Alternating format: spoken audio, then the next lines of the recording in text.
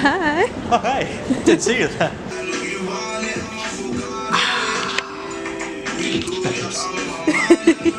Are you ready? Yeah. Yes. I don't know why, but this is not focusing on you. It's their loss. So, where are we going? Well, first we're going into town, you know, just doing normal people stuff. Because we are normal, I swear. Very, very normal. Very normal.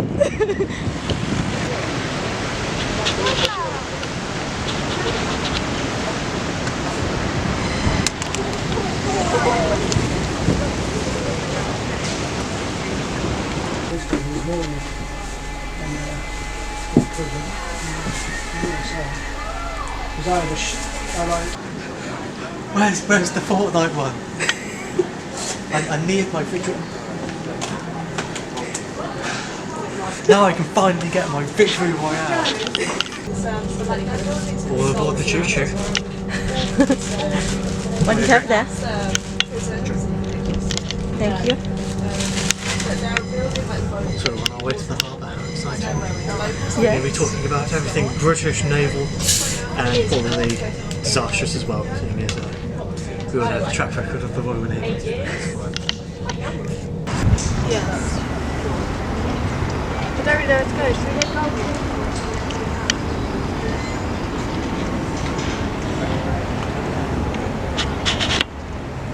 I need that light. My confidence to the Queen Mary. Tell them to make every shot count.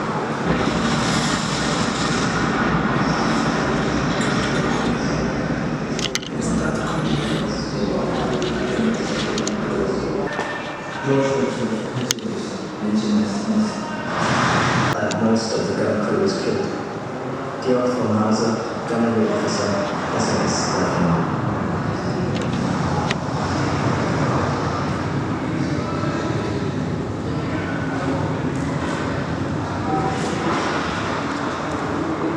I went over and saw some of the lads coming about the legion. These people smothered in blood and through cutting from the wagon with the speed. These people dying in land. So this is an interesting ship. This is HMS Canada. So it's originally part of the South American dreadnought race. So it's originally known as Almirante La Torre. So it's ordered by Chile because both Brazil and Argentina had ordered several battleships in an attempt to establish naval dominance in the region. This one was built by Willie Armstrong and taken over at the start of the First World War, as you expect, because it was quite a large confrontation, to say the least.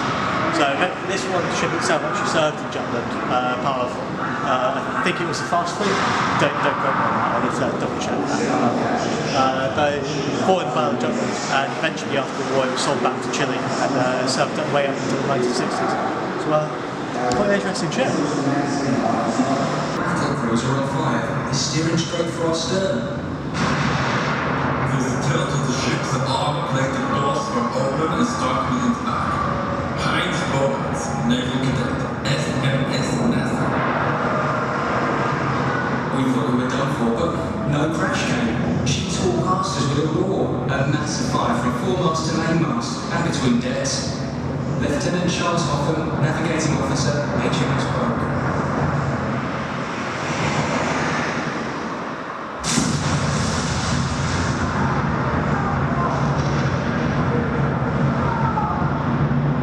We lost 75 men on our ship. We buried some of them and slid on our way back to Innsbruck. He brought them all home to me when I saw them, laid out on the deck. I thought, how do I dare? That was an experience I'll never want to have again. Arthur Gaskin, boy, HMS Malaya.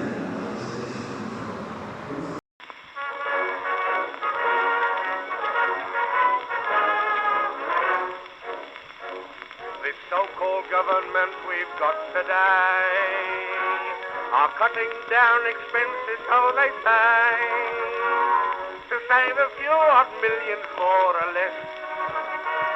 they want to scrap the Navy, do they? Yes. We know they are broke, well I'm broke, so are you broke, we're all broke, as we were when Bolingbroke first sailed away.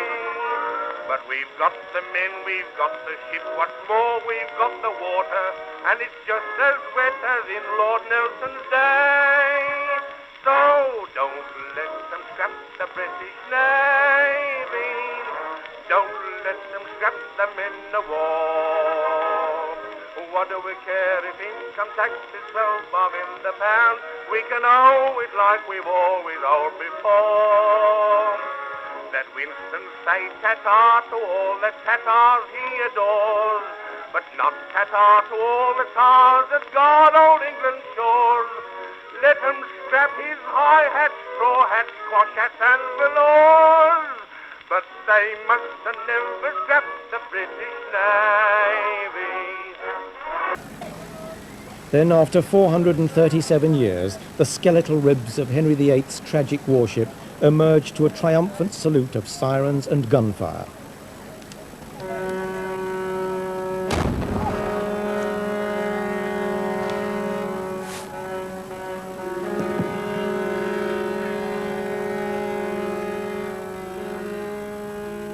Emaciated as she is, the Mary Rose is still an awesome sight to behold. And for none more so than project director Margaret Rule, for whom this was an act of faith. Nearly 700 soldiers and seamen died when the Mary Rose foundered as she sailed from Portsmouth to encounter the French fleet watched aghast by Henry VIII. His royal descendant 4 centuries later had witnessed the warship's recovery with no less fascination. Then, as divers worked to buoy her up, the Mary Rose went through another heart-stopping drama.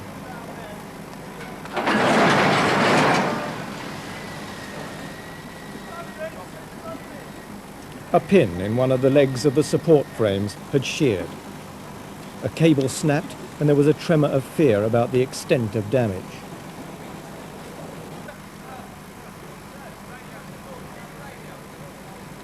The salvage team desperately continued to pump water out of the hull. This was vital to eliminate the pressure of water as the lift continued. Time seemed to pass agonizingly slowly, but soon the winch was turning again.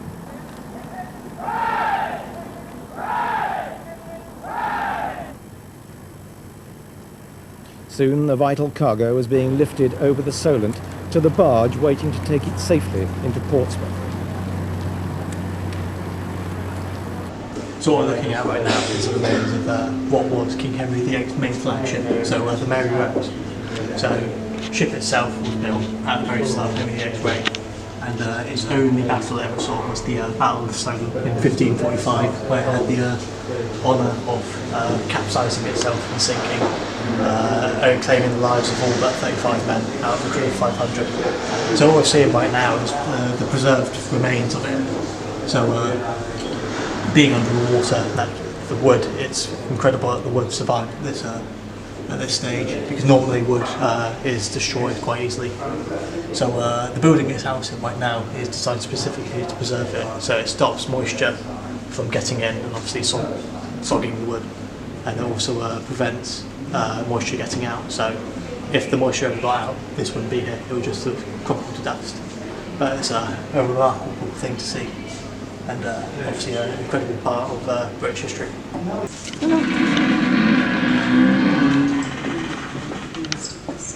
Yeah. That's a waste.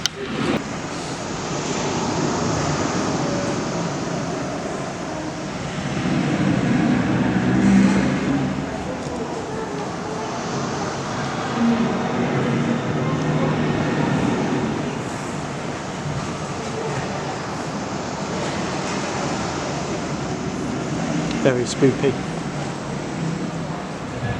It is, isn't it? This is very spooky, even though it's November, so we're legally not allowed to be spooked anymore. It is disgusting. How spoopy it is.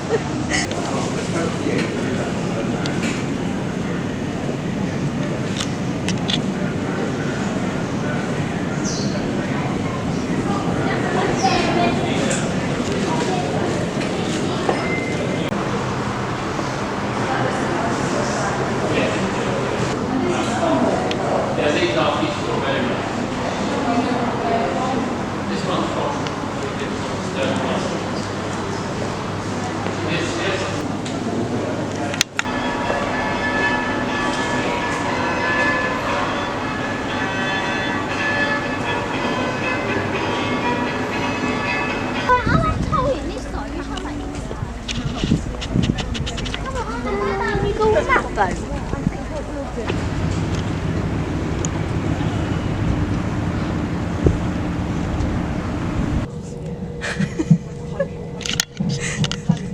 Just making you feel. Oh no, sorry, a week. I read instead. This is like the filler content. The what? This is the filler content. to pad that video out to 10 minutes so you can monetize. Gotta make a montage!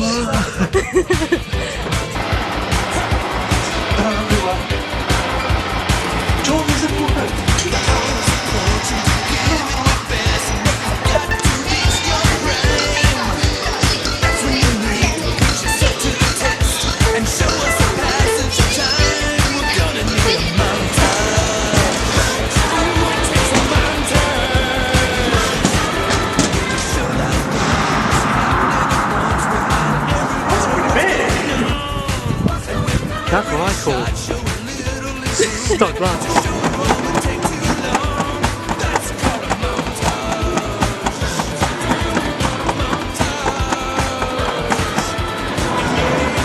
We're going to get those 500 rats with it. It's the last thing I do. I'm not an addict, I swear. I don't have a problem. Fixed.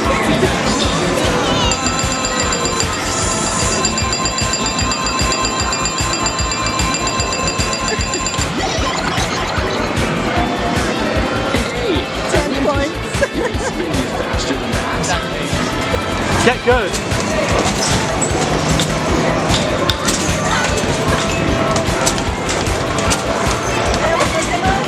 Come on, Rita. You're better than this.